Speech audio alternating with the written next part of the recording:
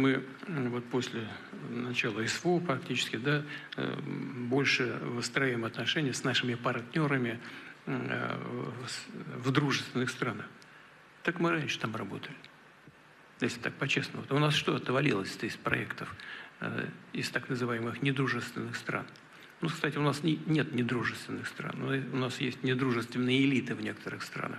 А с народами этих стран у нас, уверяю вас, там пропаганда, конечно, работает, мозги промывают и говорят о том, что мы начали войну, и забывают о том, что они сами начали войну в 2014 году, когда начали использовать танки и авиацию против мирного населения Донбасса. Вот тогда началась война. А мы делаем все для того, чтобы ее прекратить. Но я сейчас не об этом, а о том, что сотрудничество в основном-то у нас где было?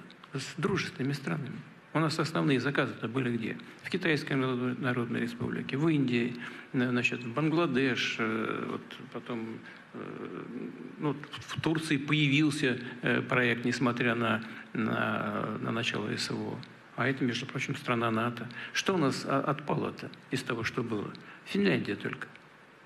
Мы в Венгрии даже продолжаем. И страна НАТО и страна Европейского Союза. Мы продолжаем там работу. Первое. Второе. То, что мы раньше делали вот в тех странах, которых вы, значит, назвали недружественными, да мы и там, и продолжаем там делать. Ядерное топливо поставляем до сих пор и в приличных объемах. Услуги предоставляем почти в таких же объемах. Значит, какие-то новые вещи появляются, особенно в области ядерной медицины там, и в других смежных сферах. Это как было, так все и есть. Да, некоторые вещи, они действительно там и ущерб наносят нам, где прекращается сотрудничество, особенно в науке. Но работа с учеными продолжается. У нас, посмотрите, я вот приехал в Гатчину, да, там, знаете, центр, да, у нас есть работа. Там работают spécialistes из европейских стран. C'est une dinguerie, les gars.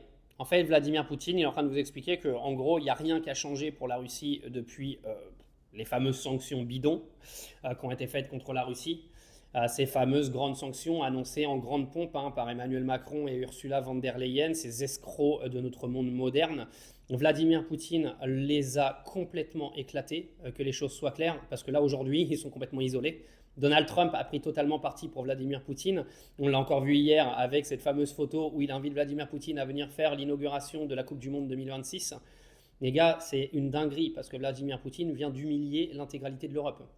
Et quand je vous dis qu'il a humilié l'intégralité de l'Europe, c'est un euphémisme. C'est-à-dire qu'on vous a vendu depuis 3 ans que la Russie allait mourir, que Vladimir Poutine était malade, que son pays économiquement était à la fin, que sa monnaie s'était écroulée, etc. Mais aujourd'hui, Vladimir Poutine, les gars, il a encore plus d'influence qu'avant en fait. Sa Russie se porte très bien, ses partenaires stratégiques ont été diversifiés. Vous vous rendez pas compte à quel point on vous a pris pour des cons. Et il va falloir quand même que toutes les chaînes de médias en France annoncent des excuses publiques, parce que mentir autant aux gens, arrivé à un moment, il faut s'excuser quand il faut s'excuser. Parce que là, ce qui est en train de se passer, mais c'est aberrant.